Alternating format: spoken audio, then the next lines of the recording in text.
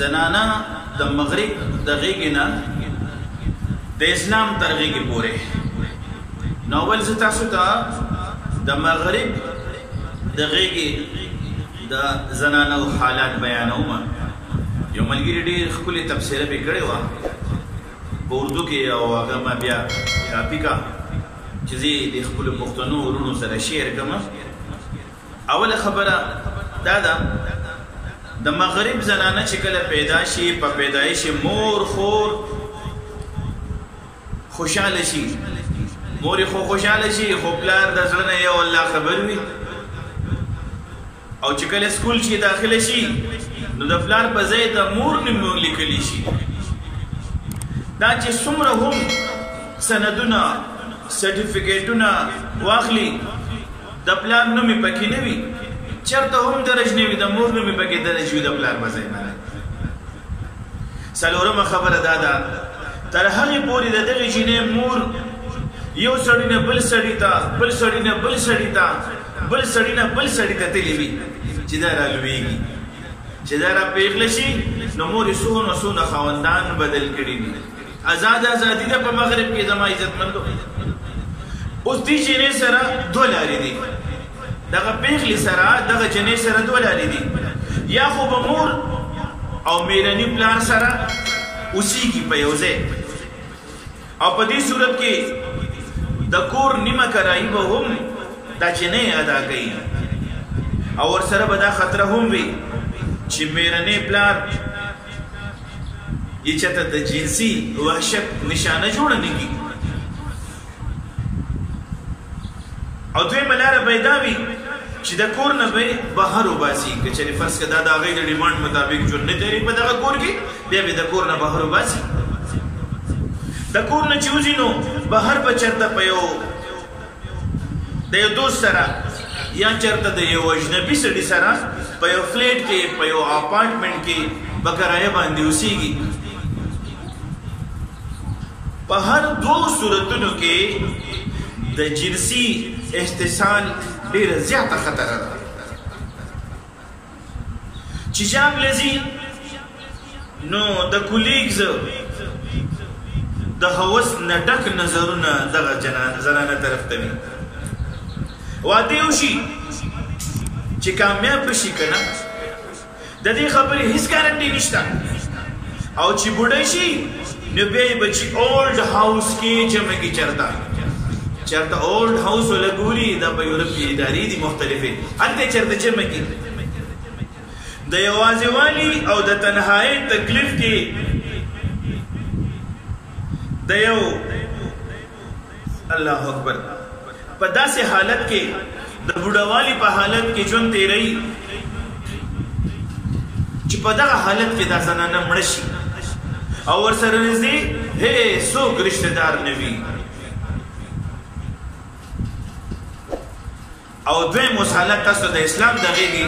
بیانومه. یو زنانه خبره کوله چې زما دا ماشومه په امریکا کې لویه شوې ده، د امریکې د کلچر نه متاثره ده، وایي چې په دې اسلام کې خو ډېره زیاته پابندي ده، دا خو ډېر ایکسټریمیزم کوي، سختي کوي د زنانو سره. نو راشي هغه زنانه هغه خویندې میندې چې د یورپ د کلچر نه متاثره شي، زما د اسلام زما د مسلمانانو خور مور عزت دې وګوري چې اسلام زما د خور له مور له کوم عزت ورکړی دی. کله چې یو چینی پیدا شي په اسلام کې، د اسلام په غېږه کې مور پلار نیا نیکه رشته داران په خوشحالۍ شي، په کور کې خوشحالۍ مناوئ، په کورونو کې خوشحالۍ کوي. په اومه ورځ یې عقیقه کېږي چې کله دا پیدا شي، دعوتونه او خوشحالۍ وي په دغه کورنۍ کې. او بیا د پلار ګوته نیسي چې لږه رالوی شي سکول ته روانه شي. پلار د نوم د پلار نوم او پیژنګلو سره یې سکول کې داخله کېږي. ها د مور نوم نه د پلار نوم ورسره لیکلی کېږي، دا د پلار په نوم باندې یادېږي. د مور پلار په سایه کې د تعلیم مرحله سرته رسي، روانه وي سلسله. او چې کله لوی شي نو مور پلار ورله په خپله د یوې بهترینې رشتې تلاش کوي، انتخاب ولګوي. خو داسې نه، اسلام زنانو له یو حق ورکړی دی د دغه چینۍ مشوره پکې شامله وي د دغه لور خور نه تپوس کېږي چې لورې تا نه موږ په دې فلاني ځای کې رشته کوو زموږ خو خوښه ده نو د دغه چینۍ نه پکې مشوره اخیستې کېږي باقاعده او چې واده وشي نو د مور پلار د کور نه ښه په عزت او ښه په احترام باندې رخصتېږي د واده نه پس د خاوند په کور کې د یوې ملکې په شان د ژوند تېری لکه څنګه چې د بادشاه ښځه وي په کور کې ژوند تېری دغه شان د دې ژوند دی او اوسېږي خاوند د ګرمۍ او په یخنۍ کې ځي مزدوري کوي او 2 پیسې ګټي راوړي او د دغې بیبي په جولۍ کې اچوي ښه بل چاله نه ورکوي دا عزت الله جل جلاله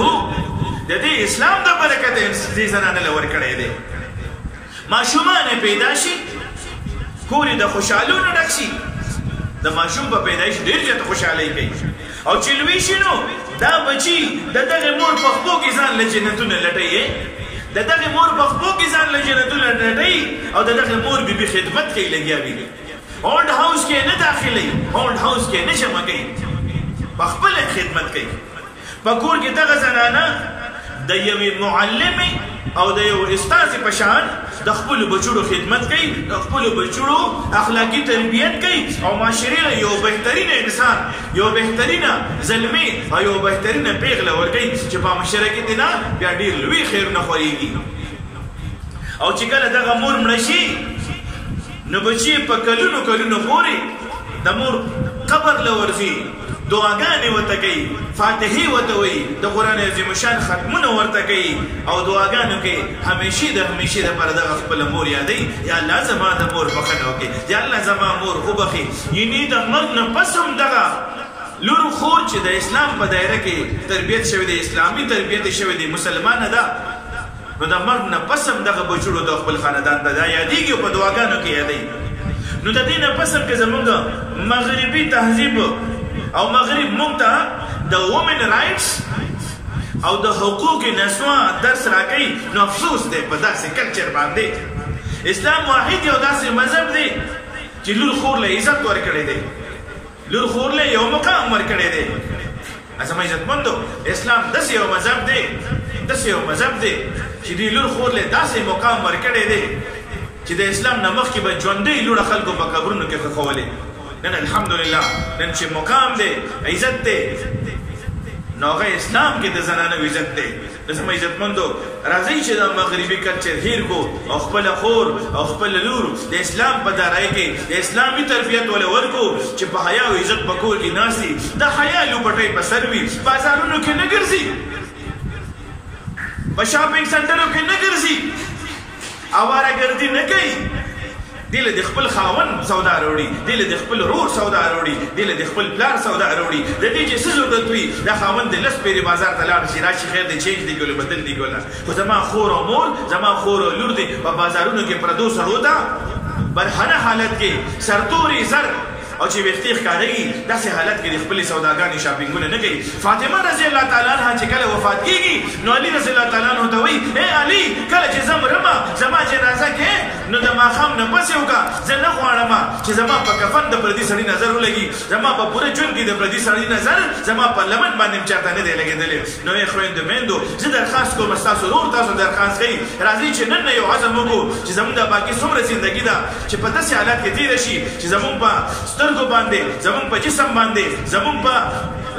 لباس باندې د پردي سړي نظر ولګي او هغه رونه چې زما عزتمندو په بازار کې ولا خور مور د سکول نه د مدرسې نه چې د خور لور واپس را روانې یا سکول ته ځي د خپلو نظرونو حفاظت وکړو دا نظر د شیطان د غشو نه او غشې دی د دې نظر به تپوس کېږي الله جل جلاله دې زموږ ستاسو د ایمانونو موږ تاسو ټولو ته حفاظت را نصیب کړي د مولانا تاج اکبر صاحب ښکلي نعتونه او بیاناتو اورېدلو لپاره تاج اکبر نعت خوان یوټیوب چینل سبسکرایب کړئ او ویډیو د ثواب په نیت مخکې شیر کړئ. شکریہ.